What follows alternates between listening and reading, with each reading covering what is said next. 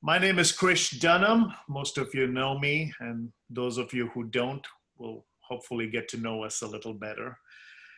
We have Shelley Kurian with us. Most of you can see her on the screen. She will be running point on some of the quantitative attributes of this and coordinating throughout as we tag team our way. Behind the scenes is Caroline Driscoll, who is going to moderate it, be your interactive voice to us. The reason we have chosen this approach logistically is it makes for a clearer recording with less interruptions and allows us to give you back a broadcast quality product that will also be put up on YouTube and sent back to you as well by link. A complete outline of today will be provided to you as well sometime early next week. And be on the lookout for a white paper outlining today's concepts in a more deliberative way that will give you some kind of project management scope and guidance as well. So what I'm going to do now is officially try to take us down this path of purpose and productivity, the webinar series. Our topic today was liberation during lockdown. So over to Shelley, my able co-host, and most of you know, my right hand for the last 7 years. So Shelley, welcome to the visual world. Thank you, Krish. I'm so excited to be here with all of you, and thank you for this opportunity. I know we've done some collaborated efforts on audio through your podcast series, but it's exciting to be here on video. So thank you everyone for joining. Today's topic, as Krish said, is liberation during lockdown. And the objective of our time together today is just to discuss how we navigated some of the challenges that were posed during this lockdown. And in the second half of this webinar, we'll be discussing some guidelines for effective digital discipline. Now, at the start of this pandemic, we utilized a simple formula that Krish came up with. It's a formula of WIN, W-I-N. And for those of you that follow us on social, you probably have seen this acronym that we've posted. The W stands for wisdom. Wisdom is the need of the day. I is innovation. Innovation is the need of the hour. And N is network. Network is the need of the minute. So this WIN formula is the basis upon which we've built some of these principles on how to achieve high levels of productivity or liberation, if you will, during this lockdown, and we want to share that with you. As Krish mentioned, the approach that we're using when coming up with these principles, it was kind of journalistic in nature. We asked ourselves the key questions of what, where, why, when, who, and how, also known as the 5 W's and the H. So that's the basis upon which we've built some of these principles. You know, the saying goes, what you don't know can't hurt you. But I think in this situation, we can all agree that what we didn't know could hurt us and still can hurt us. So I think it's important as businesses, small or large, as corporations, as individuals, to ask ourselves these questions. So our first principle is to review the why. Review the mission, the vision, and the purpose of your business or your organization. What is the reason behind why we do what we do, and has it changed since this pandemic started? Now, when it comes to productivity, the first step for me is to always determine and understand what my purpose is, right? Because only then can I set a goal and work backwards from there and ensure that all of my activities are in line with fulfilling that mission. So at Skylife, we had to ask ourselves, has our why changed? Is it the same? Are we in alignment regarding the mission, vision, and purpose of our organization? Now, Krish, you had some guidelines to help us further flesh this out when engaging in the step of reviewing the why. So why don't you share that with us? Yeah, thanks, Shelley. On the issue of why, our internal and external customers became in an instant a seamless body that coexisted. We usually had a set of parameters that explained our why we were in business, as a consulting business, as a speaking company, as a writing company, whatever it was. We dealt with our external customers quite well and had systems and processes for that, most of which you put in place. But one of the things we found out from our clients, and then we reverse engineered it ourselves, is that our internal customers needed as much communication and as many touch points. So our why still stayed the same, but we just expanded the why to also include our internal customers by saying, what we are giving in terms of methodology and methods of productivity and performance to our external customers, we need to also engage to our internal customers by the same token. The praise we gave them for doing business with us also needed to be in terms of reward and recognition to the internal customers. That's right. Such a great point there about internal versus external customers. I think that's a new concept for a lot of us. I don't think a lot of us have thought of our internal customers being approached now the same way as our external customers have to be approached. So based on our review of the why, we can now move on to that next step of answering that next question of what. So the principle here is recognizing the what. In other words, determine what action items need to be done in order to accomplish the why that we just reviewed. Krish, there's a saying that you often quote. It goes, earthquakes and hurricanes get all the publicity, but termites do more damage than both of them put together. And sometimes you have to take things out of sight, but not out of mind. There are some things that we have to put on the back burner now and revisit later simply because our priorities have shifted. So the principle here is that we have to get microscopic, so to speak, about what we do and allow the environment to adjust. Krish, can you elaborate on that principle about getting microscopic about our what? Yeah, but true to my nature, I just thought of something that was actually quasi-humorous that illustrates our point of keeping the big picture, and also focusing on the small picture. I heard this anecdote of a guy who goes into his boss's office during these troubled times and he tells his boss, he says, I've got 3 companies pursuing me. And the boss said, well, you know, we're in a tough time. What do you want me to do? He says, I need you to give me a raise because 3 companies are after me. Well, after much deliberation, the boss agrees on 5%. And as the individual is leaving, he says, which 3 companies are after you? He said, the phone company, the electrical company, and the telephone company, or whatever it is. He gives some illustration as to the 3 utility companies that are after him. By microscopic and telescopic, that's what we mean. Sometimes we are so focused on long-range vision. And I borrowed this concept from F.W. Borum, who wrote many, many books. He was a brilliant essay writer. But he says in the world we live in, we are so focused on telescopic vision, something in the future where we want to arrive, that we do not focus on the microscopic in front of us, in this case, that employee.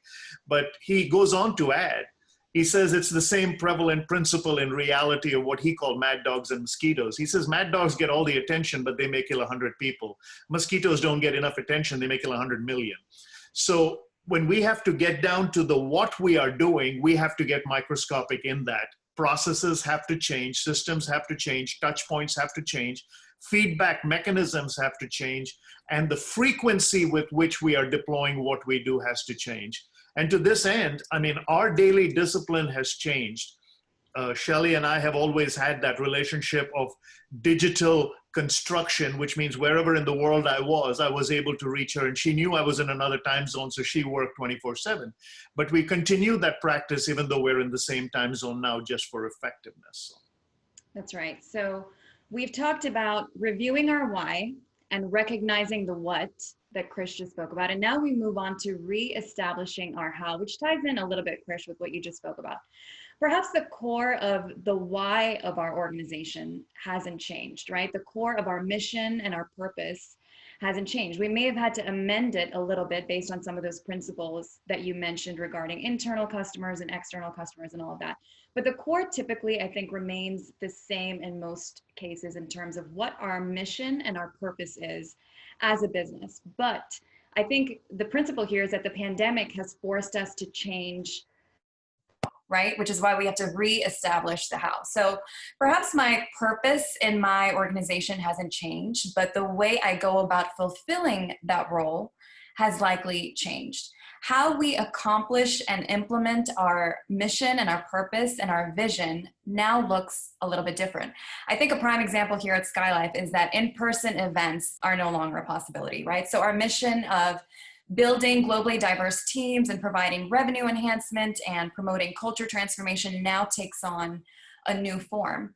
There's a quote that I like. It says, "Be stubborn on vision, but flexible on details." And I like this because it fits so perfectly with this concept of re-establishing the how, because we have to be flexible on the details now, and we have to be flexible on how we go about fulfilling our vision.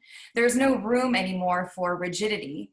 when it comes to execution. Now, speaking of flexibility, Krish, you and I did a podcast together a couple of weeks ago on the Purpose and Productivity podcast called Creators versus Executors, where we discussed how even though our roles are completely different, with Krish being a creator and me being an executor, we had to be flexible during this time of lockdown, and we still do, and allow for some fluidity, so to speak.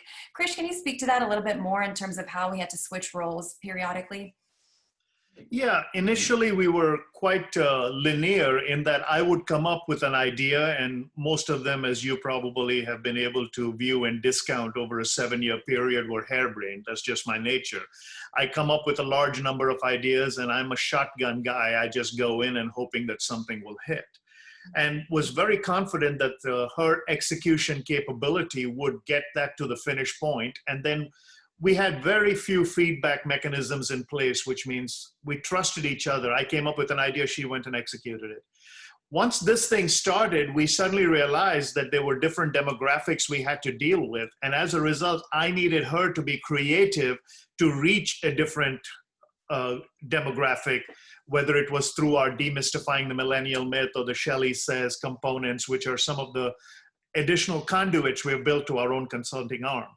Now, I, as a communicator, had to change some ideas of creation as well and try to execute so that I would get more finished product to her so she was not scrambling. The classic example is a book we produced, which was just a series of my sayings called Missives, Maxims, and Mottos. I came up with the idea that I would just put all my quotes together, and this is a shameless plug. We wouldn't be in the business of sales if we didn't sell what we created, but it's now available on Amazon, both here and in India, and the hard copy will be coming out in early August. So for those of you who are realizing you're going to be in lockdown until Christmas, you might as well get some good gifts. I'm just kidding. But Shelley, I went to a couple of websites and I just registered for them. I had no idea what I was doing because I knew that she is more technically proficient. But I had to tell her, hey, I think these are the places. By shortening those avenues and then giving her full creativity, we were able to knock this book out in about 35 days. I mean, it's quite remarkable what we were able to accomplish. Again, she started this session by talking about reestablish the how. Our how has always been to be a communication agent, to be someone who always delivers. So whatever your how is out there, whether you're manufacturing light bulbs or widgets, it doesn't matter. Some of you come up with new ways in which your business increases. I know Robin Paul is watching from India, and Breakthrough has had to revolutionize the way they do business, and much of it went online. Even though they were experiential in their training, they figured out how to do it. So the how stays the same, but different people have to learn different parameters of that supply chain, which means the skill and will component comes into play. If you're skilled in one area and willed in another, you now have to get skilled in the other and willed in the former, so to speak. Did that help, Shelley? Absolutely. So true. I think for me, this was definitely a challenge because I'm so heavy on, as you know, the executor side of things. So to break through those barriers and dabble in some creativity was definitely a challenge for me. But as you said, it's so necessary, right? To be able to have that flexibility, like that quote that I mentioned, be stubborn on vision, but flexible on details. So important to have that fluidity during this time because what once worked maybe doesn't work anymore. It actually reminds me of something that I read in a book. It's called The Hard Thing About Hard Things by Ben Horowitz. And he talked about these leadership principles of how there's a difference between a wartime general and a peacetime general. Right? So how you did things pre-COVID, let's call that peacetime for our intents and purposes here, the strategies and the techniques that you employed then are likely not going to work now during lockdown and during this new chapter that we're in. So a different leadership style, a different execution style has to be adopted during these times. Thus the point of reestablishing the how. And that brings us to our next point of revamping the when. Now our when has become constant, right? The time is now is the essence of this principle. There's an increase of frequency now with everything going digital, where once we did something maybe once every 2 months, it's now once a week or twice a week. And the gap between the conception of new ideas and the delivery of them has drastically been shortened. In other words, our turnaround time is a lot quicker because everything needs to speed up now in this digital age. Krish, what are some examples of how you have experienced this revamping, so to speak, of the when? One of the things I have had to do is get a little more quantitative in terms of how I saw process. And I think in this white paper that we are creating, Shelley also was surprised. I went and created a flow chart by saying if business came to us that was purely monetary, we already had a set pattern of how we would respond, what we would give them, how we would review, how we would design, how we would deliver. But if it was not monetary and it was purely consultative or purely speculative in that they were just seeking information, how we would turn that into monetized, or could we, because it was virtual and it did not cost any additional revenue, but only time, actually discipline ourselves to take them down a track, give them adequate information, and still make their call to us worthwhile. Here's a pivotal point. One of the foundational principles that I was raised on as a principle by my mentor and hero, Zig Ziglar, which simply said, you can have everything in life you want if you just help enough other people get what they want.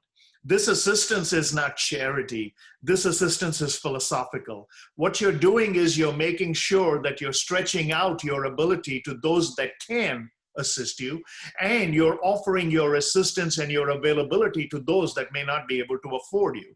The key here is not that one is better than the other, or whether you give off all your information to one or the other. You make that adjustment. If you're obviously dealing in highly secret things and there are 18 people making widgets out in the marketplace or pump handles, you don't want to be giving that out. But there's a part of every business that is consultative in nature, that is guidance in nature, that is preparatory in nature for future engagement. So we actually created some part of our when by changing the analytics of how we did it and saying, as Shelley pointed out, increase your frequency, but also increase your avenues of operation by reaching out to those and providing them some guidance who hitherto may not have been able to do business with us. So everything is being done at a greater frequency, but then I guess this poses the question, for whom, right? Who are we doing all of this for? And that brings us to our next principle of redefining the who. So in this principle, we're asking ourselves, who is our audience? Who are we trying to reach? You may have answered this question in your why, but I think it's important to assess this again, or maybe perhaps another way of phrasing this question is, who can you now reach that you weren't able to reach before? I think at Skylife, Krish, as you pointed out, we realized that our audience has now changed, or perhaps more so expanded, not so much changed, because our offerings are now virtual, which means that our value proposition has now become accessible to a wider audience because we could deploy with a greater sense of frequency, right? We revamped our when, like we talked about in the previous step. So that has caused us to redefine our who. And Krish, you like to say that we continue to be experts to those that relied on us, but we became explorers to those that can now access us as a result of the new times that we're living in. Can you elaborate a little bit on that principle? And also, there's an illustration that you like to use of the Sam's experience versus the Nordstrom's experience, which I think our viewers would like to hear about. Yeah, and if you came to our office, and some of you have in Dallas, we're a stone's throw from the Dallas airport. We've got a beautiful training center, state of the art.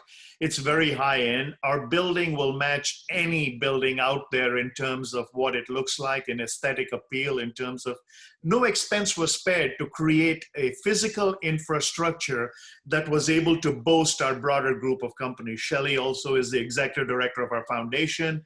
Caroline, who is moderating this call, works with the SkyPass Travel Group, which is our flagship arm.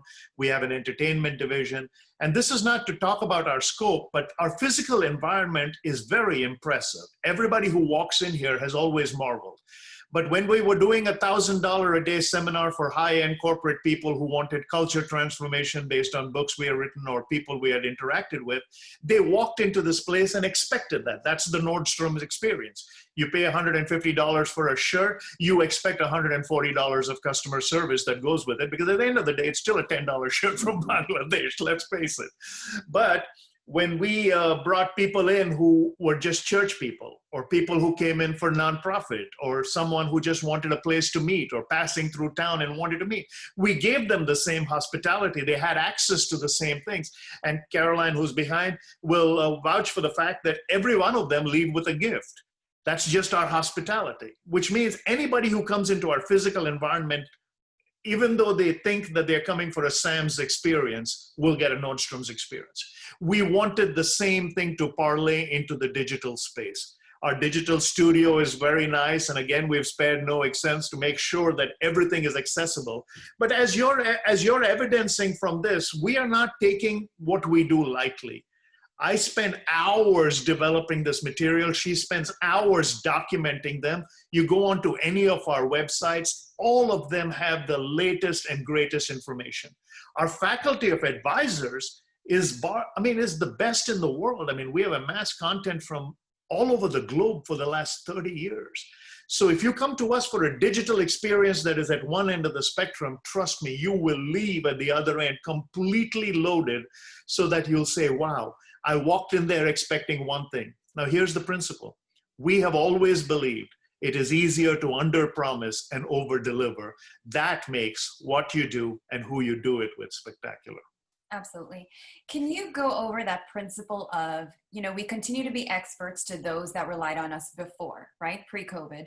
We became explorers during this new chapter to those who can now access us as a result of the new times. Can you elaborate just a little bit on that concept of now becoming explorers to perhaps a newer, wider audience? Yeah, and I think that's part of your investigation that you've been doing in amassing some of the data that goes into people who are more digitally proficient and more virtually experienced than I am. I'm an old fuddy-duddy. I tell people I still enjoy reading Billy Graham, and reluctantly every day I participate in Instagram. So I'm kind of removed from this.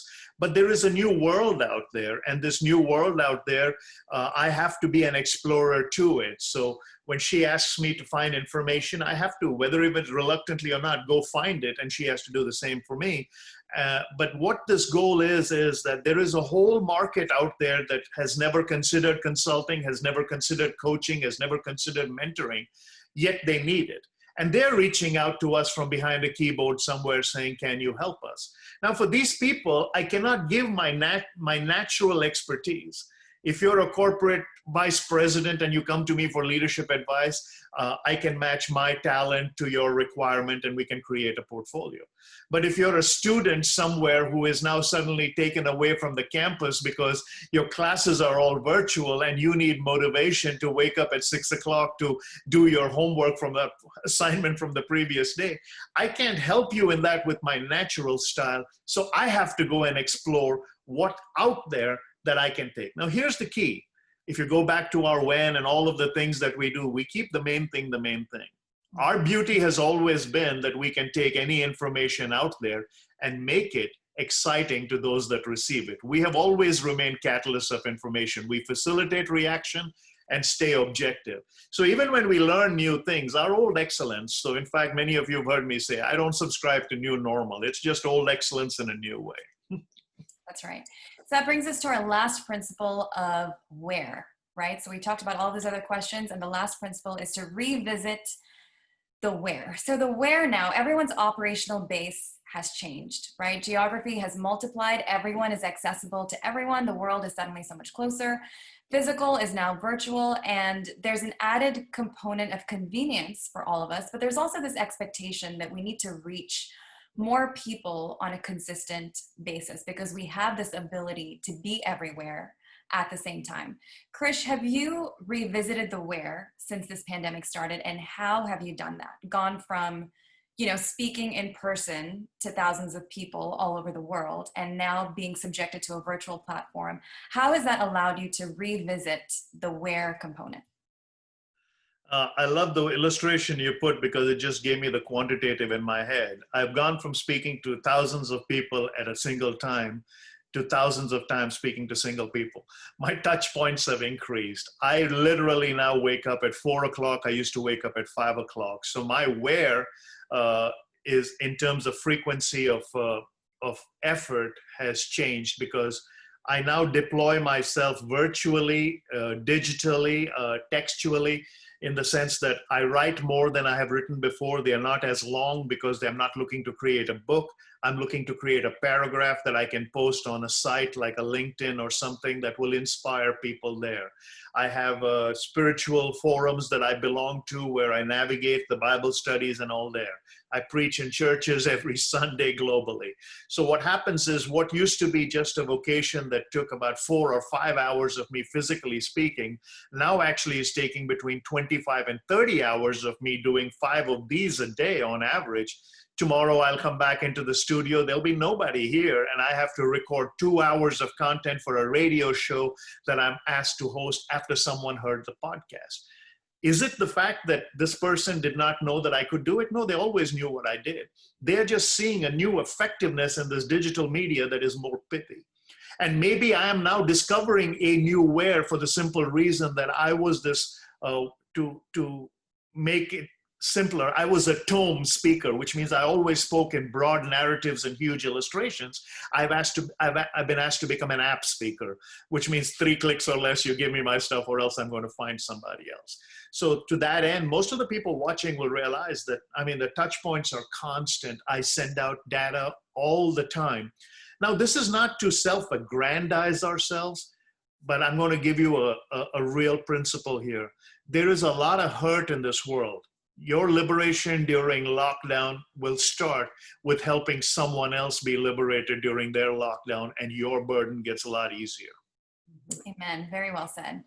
Just to recap our principles on the 5 W's and how, we review the why, we recognize the what, we reestablish the how, we revamp the when, we redefine the who, and we revisit the where. And for those of you who have registered and are joining us live, all of these principles will be made available in an outline to all of you. So just to kind of tie a nice bow on the first half of this webinar, Krish, something that you said was all of this has caused us to have a response that is immediate, our evaluation is ongoing, our adjustments are accurate, and our deliverables modular.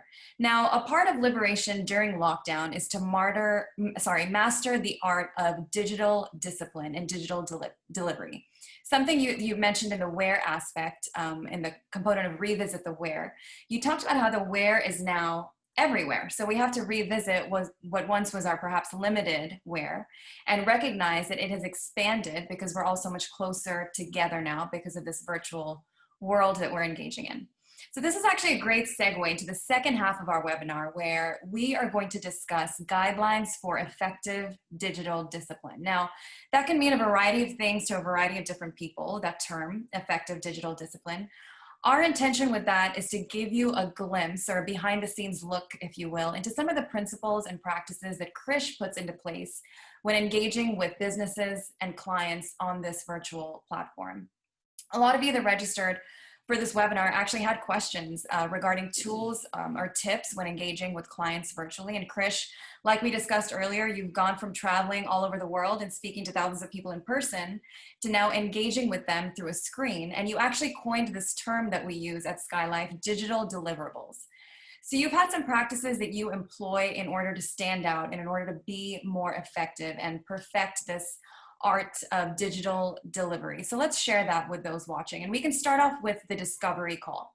So this is where you're interacting with the client or the potential client, as the case may be, and you're determining what their needs are and matching up our offerings with that need. So what are some practical tips that you have used that our audience can use when on a discovery call?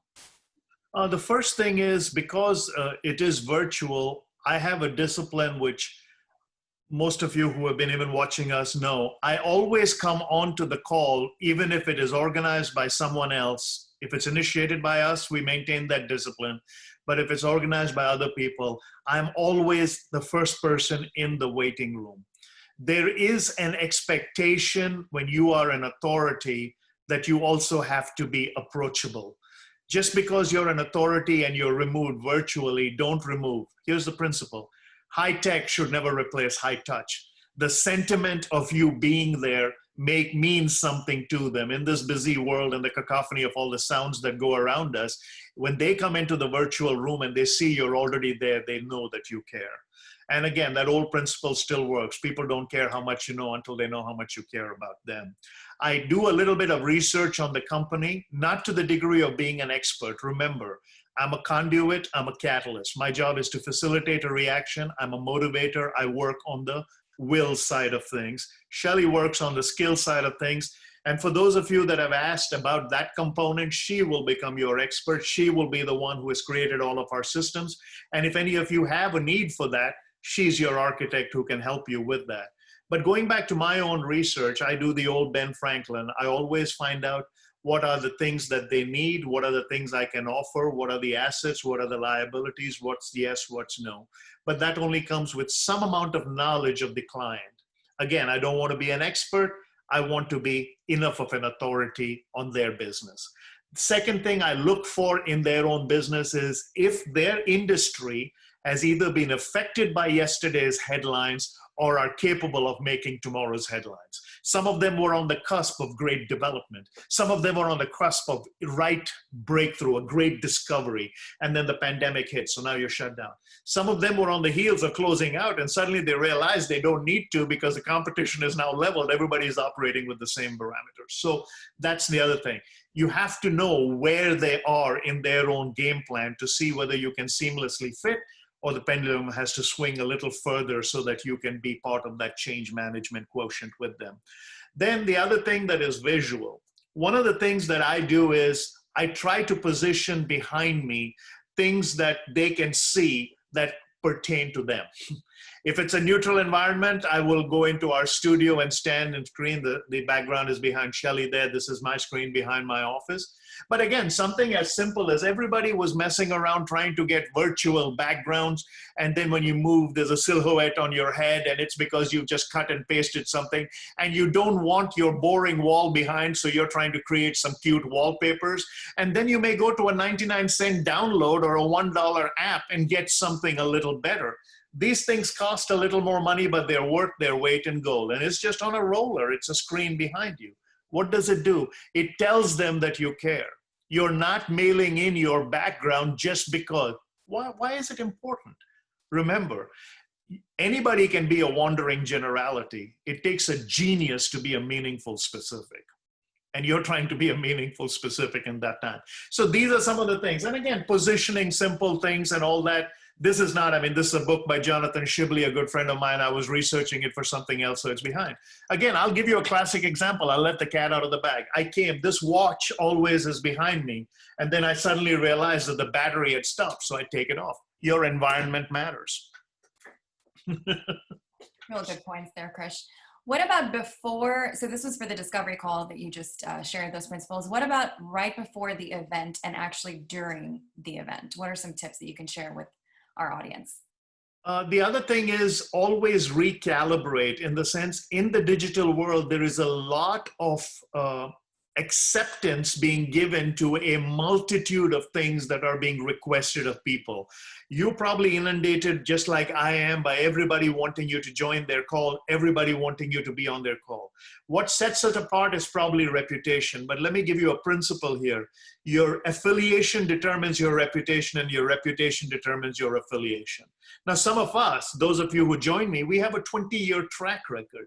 So when I send you something, you trust that it will either be of value or it'll be a continuity of things that you're aware of. But even with you, I call you on a regular basis, most of you on WhatsApp. Even though our office reaches out to you, I personally reach out to you. That's vital. My pre-call is always to make sure, remember this, in physical presence or in virtual, the same rule applies. You are not giving Shelley and me an hour of your day. You are giving each of us an hour of your life.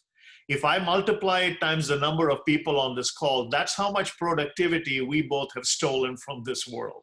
We better make it worth your while. We have to show you that we are planning, we are preparing. I also send small nuggets. I don't send them the whole thing. I said, tomorrow we may be talking about this. I don't know if it'll apply to you. But the principle in pre-event planning is a broader principle. every day reach out in this digital space. In virtual, in regular times, I used to speak to about 5 people a day by text message. I send about 20 to 25 emails or text messages every day to random people in the Rolodex saying, hey, new things on the horizon, just want to keep you updated, look at this website. Touch points, touch points, touch points, touch points. You know, there's a quote that you like to use. I think it's from Ravi Zacharias. Intent is more important than content when it comes to communication. Can you elaborate a little bit on that and how that applies to those of us who are now engaging on this digital platform? And it's one of the more powerful statements, because we say that in the communication realm, and this comes from Albert Mehrabian, who wrote a book called Silent Messages. In that, he said 93% of our effectiveness is nonverbal, 7% is the words we use. But that's when communicating feelings and attitudes, a specific caveat. It's not in all communication. It's when communicating feelings and attitudes. 7% is our vocabulary, 93% is our tonality, our physical presence. And the same appears virtually. Virtually, make sure your expressions or your intent shows that you care. You're using a smile. Your body language shows that you're not just going through in one long monotonous thing, what we call a verbal vomit. And that's part of the interaction that we have built into, that we are very specific about. And we encourage you, because in a short while, we're going to get to the Q&A part. We have some questions lined up, and I see Jason has been posting to everybody on the side. Thanks for that, all the way from South Africa. The other component is make sure that you're engaging with them before, engaging with them during, engaging after. After it's finished, again, we will make sure we get you everything. And that's important. Here's the thing. You can never over communicate in a digital world, because digital memories are very short. You know, there's something that you like to say, Krish, a lot when we are done with a webinar, or when you're done speaking to a client. You say, inspect what you expect. Can you elaborate on that principle and what exactly that means? You know, one of the things of having a co-host like you who's so diligent and remembers everything is I say a lot of stuff. I can't believe she remembers it all. But inspect what you expect came from Mr. Zig Ziglar, but I heard something that was its corollary that actually is a little more fascinating. It's called measure what you treasure. And it's the same principle. Inspect what you expect is we have outcomes, we have desires for this. In a couple of weeks, I'm going to be doing a sales webinar. Now that will require an investment, so the audience may be part of this group, it may be a different group, but that's a 3-hour program I'm going to do with an expert by the name of Tom Neeson, and we've been working on that. So the expectation there is different because there's an investment up front. So in that case, we will work on it differently. This one required no expectation from you except your time. We've decided we wanted to do this as an extension to our productivity, purpose and productivity podcast. And as a result of that, our expectations are different. But inspect what you expect is basically asking you, did you get what you signed up for? Principle one. And these principles just come from Carl Sewell, who runs the Sewell Group of companies. Many years ago, when you went to his automobile dealership for a service, he gave you 3 questions. This was at the start of customer service. Now it's all digital. But they actually gave you a 3-question comment card in those days. Did we meet your expectations? Was the price and value something that had some cohesion, in the sense that, did you get what you thought you would in terms of value? And third, would you do it again? Bob Townsend did it differently. He would always ask people, when he asked them to inspect what they expect, 3 questions. What do you do? Roll identity. What would you like to do? Roll destiny. How do you know you're going to get there? Roll benchmark. So when you inspect what you expect, always make it 3 points. Did I get what I expected? Was it valuable enough for me to have invested? Would I do it again? And just as a reminder to everyone watching, we do have our QA box open. So if you have any questions about any of the things that we just talked about, or some of those digital delivery principles that Krish shared with us, please keep those coming in. Krish, a question that just came in: how do you keep yourself energized, and what do you do to unwind? Yeah, I would recommend you get someone who is keeps you on your toes like Shelley, because I cannot relax with. I used to love the solo engagement because I had no clue what I was saying. I'd go from point A to point B and not even realize I'd arrived. But there is something fascinating, Jason. Thanks for the question. Here's the thing. The day I stop getting excited is the day I should stop doing it. Communication is not a performance, it's a privilege. When you're in front of people who give you their time, make sure that you prepare. I have written notes over the notes she printed out for me. Why? She's prepared. I need to be more prepared. This is not to impress anybody, but this is to say that, you know what? It is not a performance. It's a privilege. And in order to have long-term voluntary change, which means you're playing the long game, I've been as excited about this in 1990 when I started, and that's 30 years ago, because Mr. Ziegler made me make him a promise. He said, I'll teach you, I'll give you the keys to my arsenal. If you promise me that every day you get up to perform, one time that morning, you will thank God for the privilege and you will prepare for the audience. So I wake up, this morning I woke up at 4 o'clock, I was in the office early. Here's the thing, when you look at the word enthusiasm, the last 4 letters are IASM. If they do not stand for I am sold myself, don't do it. You can't fake enthusiasm. You either believe it or you don't. Krish, another question that came in actually was about accountability. I know you talk a lot about your Timothy and Barnabas principle. The question is, what criteria would you look for in an accountability partner? The principle I would look for is very simple: consistency. Consistency in delivery and excellence in the deliverable. That's the only person who would get into my inner circle. Everybody else would be an acquaintance. For me to have accountability is a give and take, which means initially it will start with, hey, can you do this for me? Their deliverables and the consistency with which their deliverables came back to me, their output, which is now my input, am I satisfied with? Second, am I so satisfied with it that I will not review it and I will use it as my own? Third, would I allow them to then go do it on their own and remove me from the process? If those 3 are fulfilled over a period of time, that person goes from being a confidant to an accountability. And Shelley is a perfect example. I'm not talking about her because she's here. She's on screen now after 7 years, but she'll tell you from the very first conversations we had, I knew that she had the ability. But in order for me to encourage her and in order for that encouragement to be consistent, I had to make sure, A, the delivery was good, B, the output was consistent, C, I would now stake my reputation on it, whether she was around or not, and D, would I now allow her to take my reputation and go into the future? So we are actually living out in front of you the very answer to your question. Yeah, and there's something to be said there, Krish. You always say, surround yourself with people that are already at the point that you want to be at. So if you're at point A and you want to be at point B, make sure you surround yourself with people that are already at point B. And I think that's a great principle to adopt when looking for an accountability partner. Another question that came in, how do you decide what to stick to and what to change? I guess this goes along the lines of the reestablishing the how principle that we talked about. To be more precise, it could be a product or a methodology of business. Does change always mean progress? A great question, actually, but the only people who welcome change are babies in wet diapers. Just about everybody else resists change. Change is stressful, but so is bankruptcy.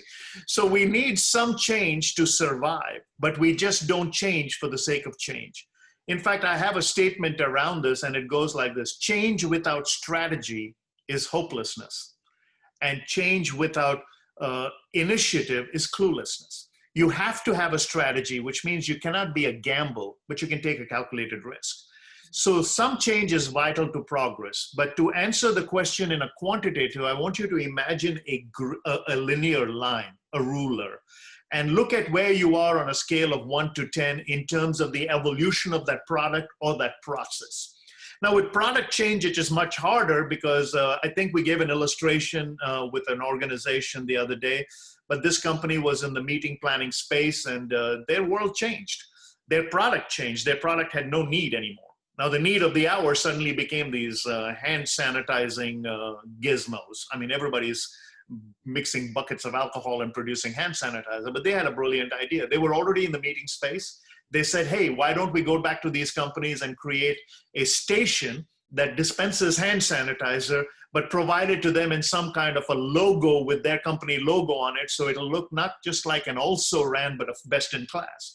So they changed product, they changed strategy, but they had to be ready because service was still key. Overnight, they lost 3 million in business. As soon as they opened up this new website, they got 1 million in business. So when you look at that linear line, if it's a product, your change may be a little more stressful. But ask yourself, if it's just a process, how far along are you? When you change, you don't go back to zero. If you go back to zero, that means the mind is saying, everything I've invested is for naught.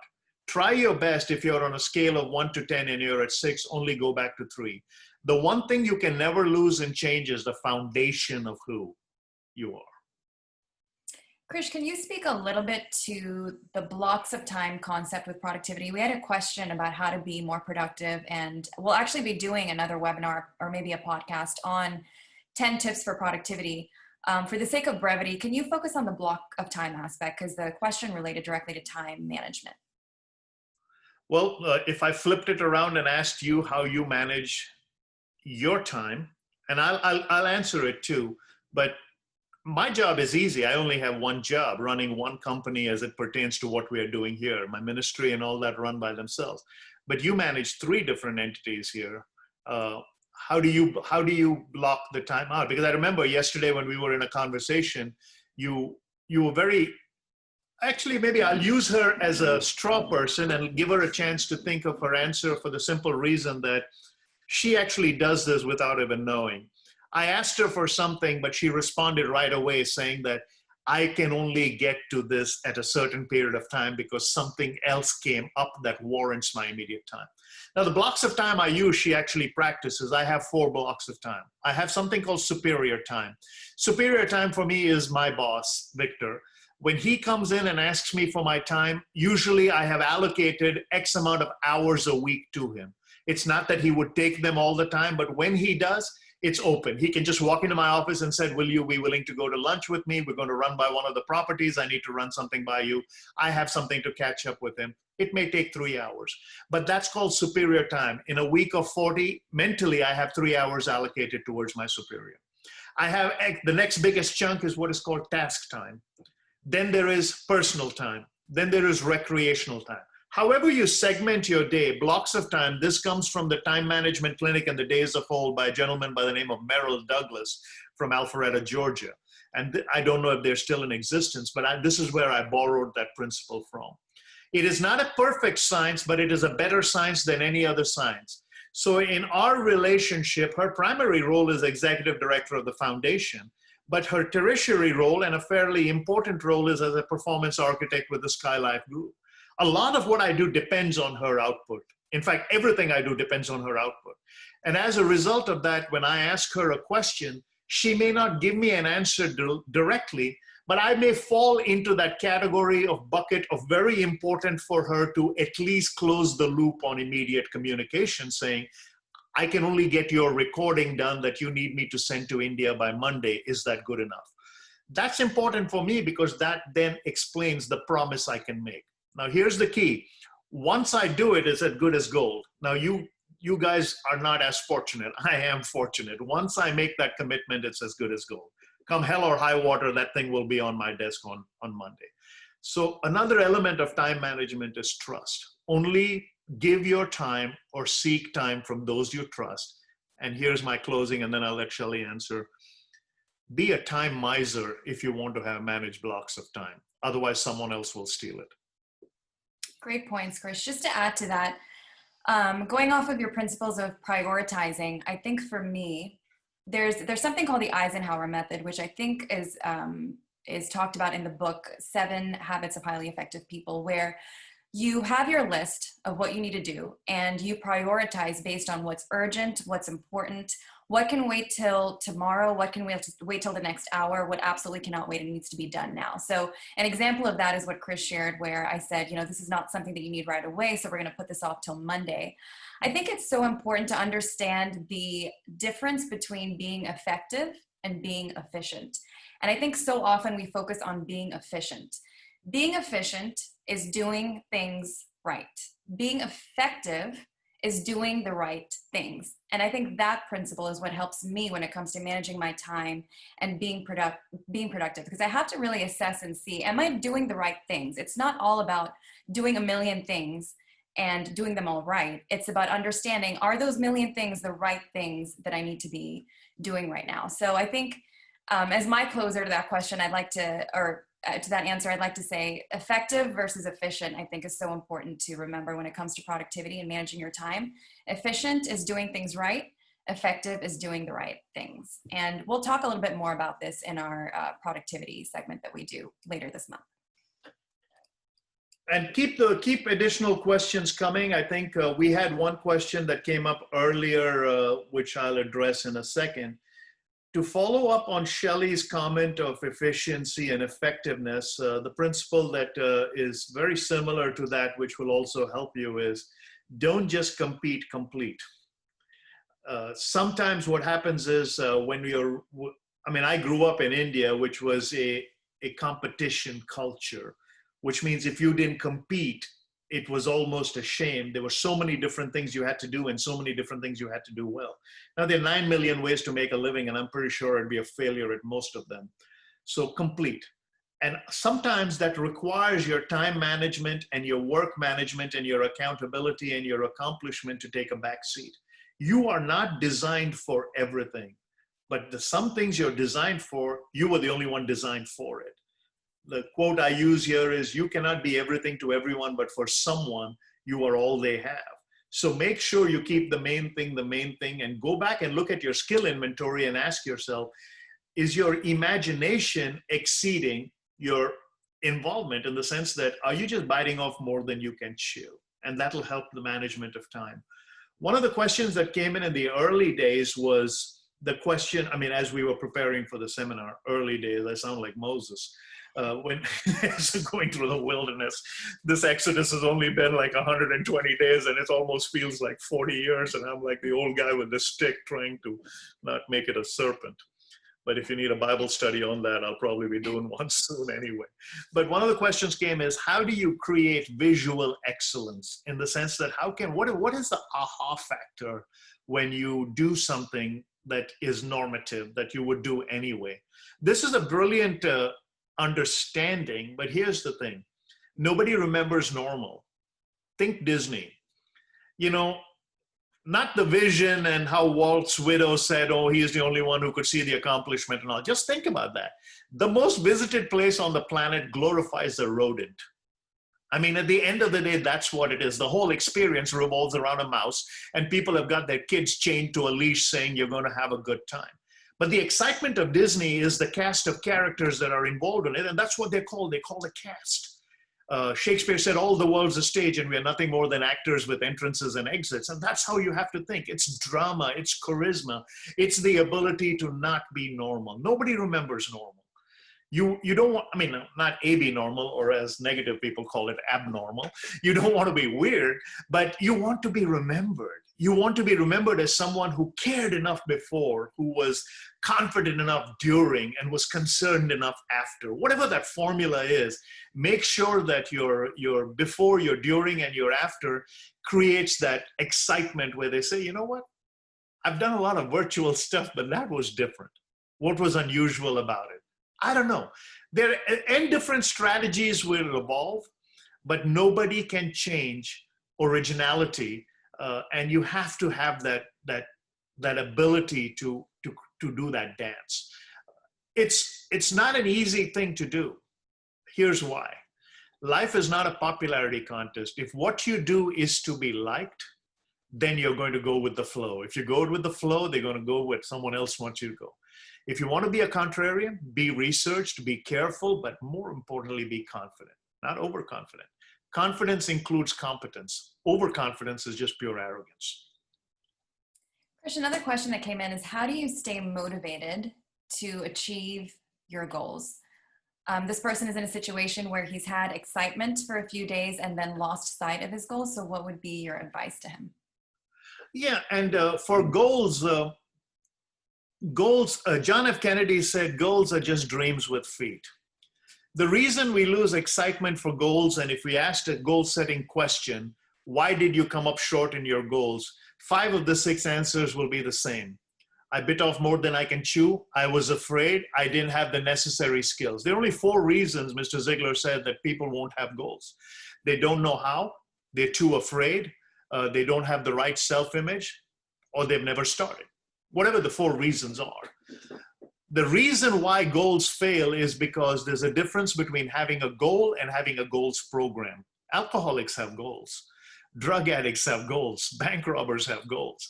A goals program is much more significant because most of the effort begins after some accomplishment. So you have to qualify what are the goals out there. First, what you're capable of. Then ask yourself, is it morally right and fair to everyone involved? If it's not, put it on the back burner. Can you see yourself committing to this goal? If not, put it on the back burner. Can you commit yourself to this goal? If not, put it on the back burner. Do you have all the skills? Whatever it is, ask yourself qualifying questions to try to drop these dreams down to manageable goals. And here's the key. Make sure when you go on the goal setting drive, have some goals that are short range, which means under 6 months. In this world we're living in, under 90 days, I'd say. Why? You have to put small, manageable goals so you can put some wins under your belt. If you want to write a book and write the great American novel or the great world illustrious encyclopedia, start by making a goal to read one. May put some wins under your belt. Short range goals, under 90 days. Medium range goals, 90 days to a year. And then long range goals would be beyond that.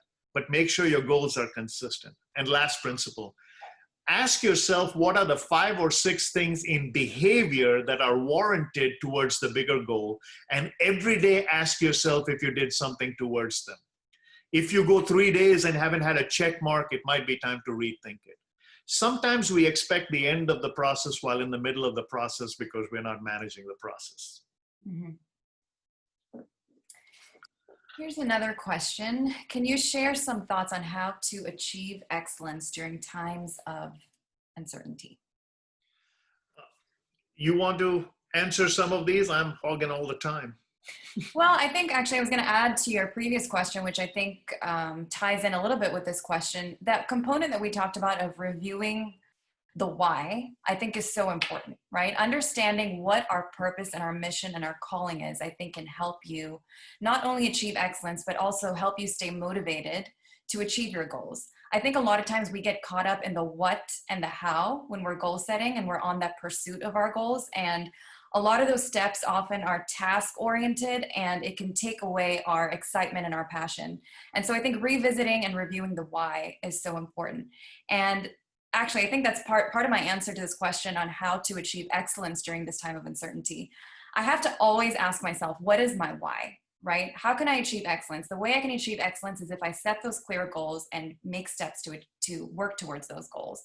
And again, if I'm not keeping in mind my purpose and my mission and the reason behind why I'm doing what I'm doing, I feel like those are the times in which I derail myself from achieving excellence.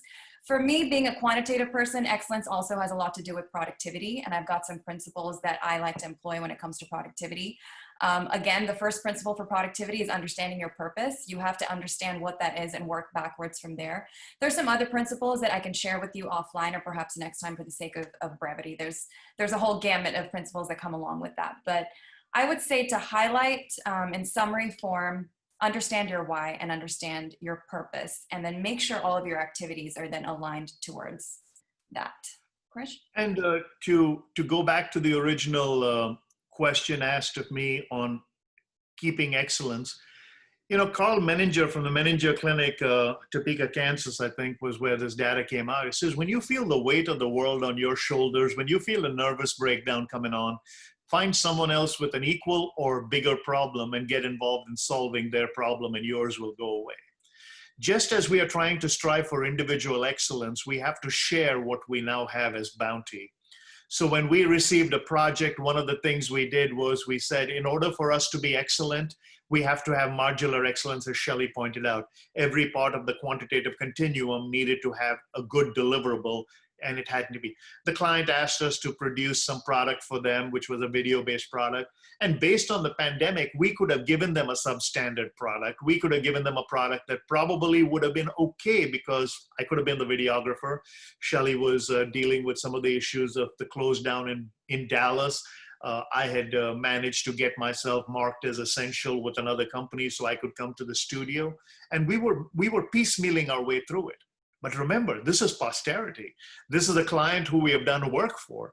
And so in order to maintain a level of excellence, you have to now split the reward so that excellence is modular in nature. I had sent out a proposal to 3 people who were all excellent at being good videographers. And I said, this is all I have because this is all I've received. I was completely transparent. It was a good 10% of our budget that was accorded to someone else, and they came and delivered a dynamic product. But here's the beauty of it. Because we spread the wealth, they looked at us and said, hey, we're already here with our cameras. Do you want to do a photo shoot? Take some additional pictures. And that became our imagery for part of our rebranding. So it does work. That original principle I shared, you can have everything in life you want, just help enough other people get what they want. As you're ascribing to personal excellence, make sure you're spreading the wealth. Krish, I think this will be our last question for today. What are your thoughts on servant leadership, especially with working with millennials, and specifically during this time of lockdown and work from home? Jason, who asked that question, may have heard me give this answer before. I come from a very deep faith background. I'm an evangelist. I'm an apologist. I've made no bones about it. My version of servant leadership is bend so low that you can't see the face of the people you're serving, only their feet, that they look over you and see the Christ who sent you. That's my theological definition. I don't go beating people over the head with scripture, but when they call me and ask me for my time, my talent, my treasure, anybody should be able to vouch that he first said yes and then figured out how. Humanity is in desperate need right now. If we cannot do something for ourselves, we can definitely do something for someone else. I'm telling you this, as sure as the sun will rise tomorrow. Mother Teresa was bent at the waist for 60 years serving the dying and the destitute. Yet in her Nobel Prize acceptance speech, what did she say? We do not take care. They don't need our pity. The poor don't need your pity. They need your ability to lift them up with dignity. Servant leadership is making sure that the goodness in you and the grace through you matches the gratitude that you're able to show to someone else. On the millennial component, actually, Krish and I are going to be recording a podcast soon on reward and recognition. And it deals a little bit with this segment that we started called Demystifying the Millennial Myth, and just how to bridge that gap between, you know, working with millennials and perhaps Generation X, baby boomer generation that's managing them. And I think that reward and recognition component is so important when it comes to the millennial generation. I was going to say they, but we, because I'm a part of this generation, we want that feedback and also understanding the difference between reward and recognition. Krish, can you speak to that a little bit? How one is more on the emotional side and one is more on the tangible side? Yeah, and reward and recognition, because in adult learning, we say what is rewarded is repeated, but what is recognized is elevated. What do I mean by that? When behavior is rewarded, they are apt to repeat that behavior. So if sales are rewarded, they'll sell more. If service is rewarded, they'll serve better. If client relations, whatever it is, whatever is rewarded will be repeated. But whatever is recognized, once you recognize them for that behavior, they quickly realize that no longer will you give them recognition for the same behavior. So what is recognized will elevate their experience the next time around. Think about it. When you give someone praise for behavior and what do? They refuse to accept the praise. And people who refuse to accept the praise know the reason you're rewarding them or recognizing them is behavior related. If they accept the praise, now the game's up. the behavior has to change and it has to elevate. So when you say, well done, they say, I couldn't have done it without the team. I couldn't have done it without so-and-so. And they're deflecting, they're playing compliment tennis. They're saying, take it back because you're forcing me to change tomorrow. And in a fleeting world, in order for this to work, it cannot be flattery. You cannot praise by manipulation. See, praise that is flattery is manipulation. Manipulation is when you're doing it so that you'd look good. Motivation is when you genuinely believe they have an opportunity to shine.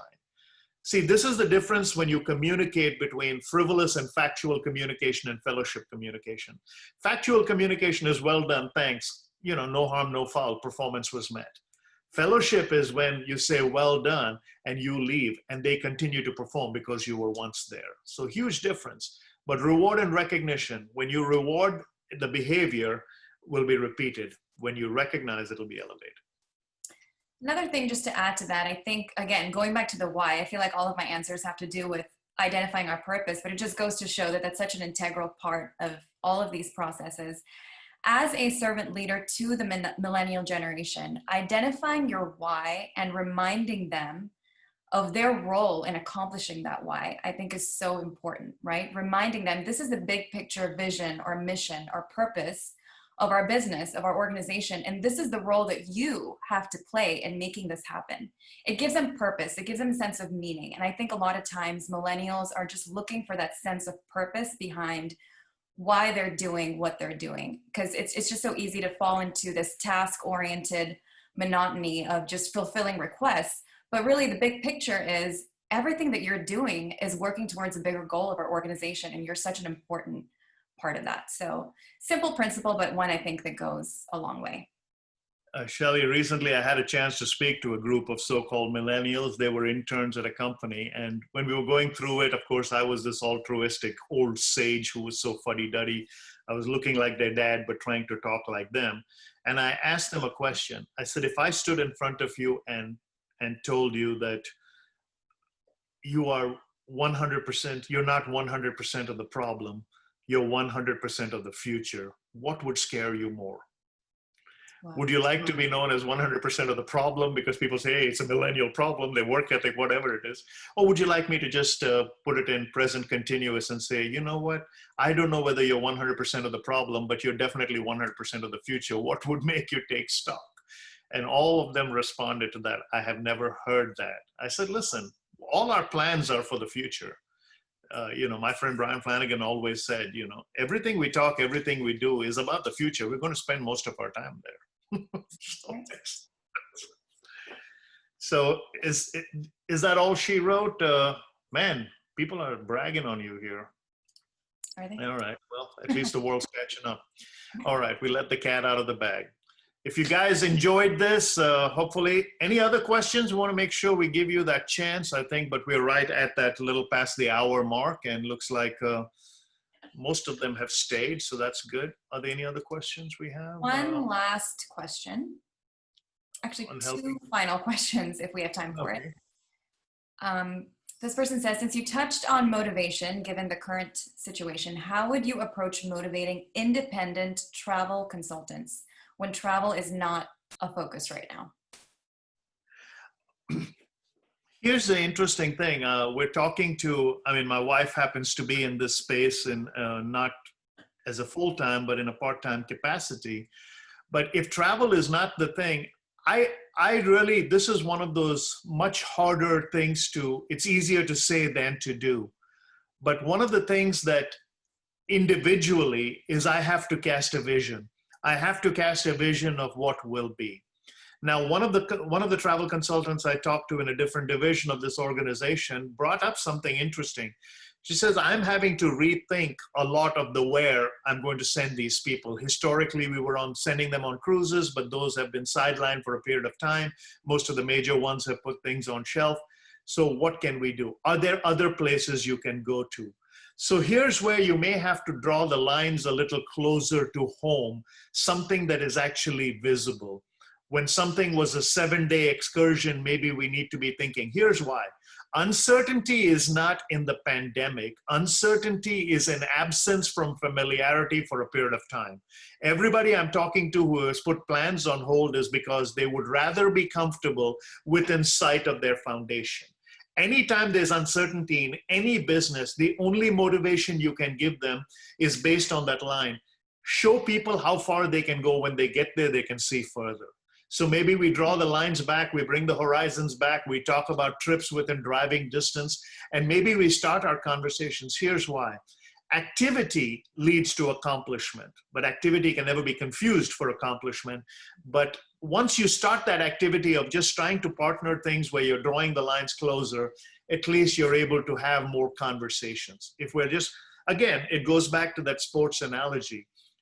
The home run gets all the celebrity, but it's the singles that make the game work. But both the home run and a single is a hit, and every hit has to be an at bat, which means you have to show up and you have to keep swinging, and eventually we'll get back there. I don't know if that helps, but that's what we have been doing.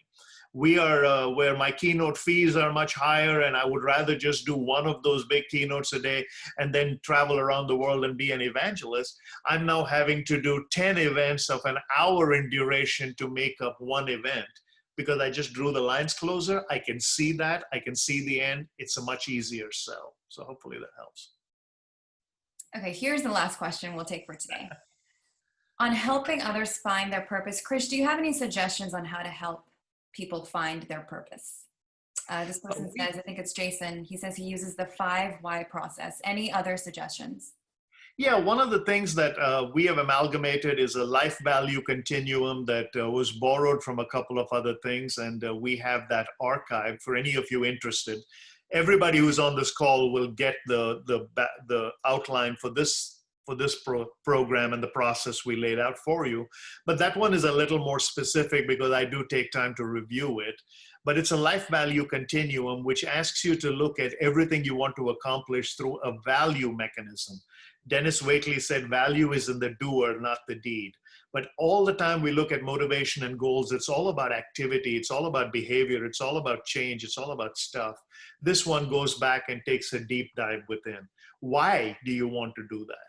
What is the value system that you have that can either benefit from that or will it take you away from that? So we ask you a series of questions. It's a self-populating document. I have a chance to then look at it and maybe spend a little bit of time with you. Again, none of this thing costs anything. It's just a matter of making a phone call, but we can guide you through that. But if you need that specific document, please send for it. We'll send it off. We recommend you take 3 weeks to not just write the first thing down, but write and rewrite till after 3 weeks, you're happy with what you wrote, and then send that back to us. All right. I think that's all we've got. All right. As I always say, of all the groups we have spoken to, you guys have been the most recent. We had fun doing it. Hopefully you realize that a lot goes into preparing and processing. Caroline has worked tirelessly in the background, making sure we were on point. Shelley gets all the credit for putting this up, for administering it, for writing it. I just come and opine, I guess, but that's just my nature. Hopefully some of you are happy with that.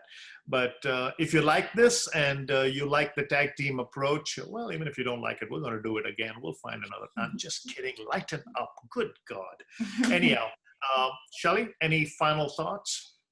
This has been great. I want to thank all of you for taking the time to tune in, and I look forward to interacting with more of you. We are going to be doing some more collaborated podcasts on the Purpose and Productivity podcast, so please subscribe to that if you haven't already. And I went ahead and put our email address, info@skylifesuccess.com, on the chat if you have any additional questions that we weren't able to get to. And yeah, check back periodically, and we'll stay in touch with you guys. And it's been fun, and look forward to doing it again. Until next time, for both of us, adios. Bye, everyone.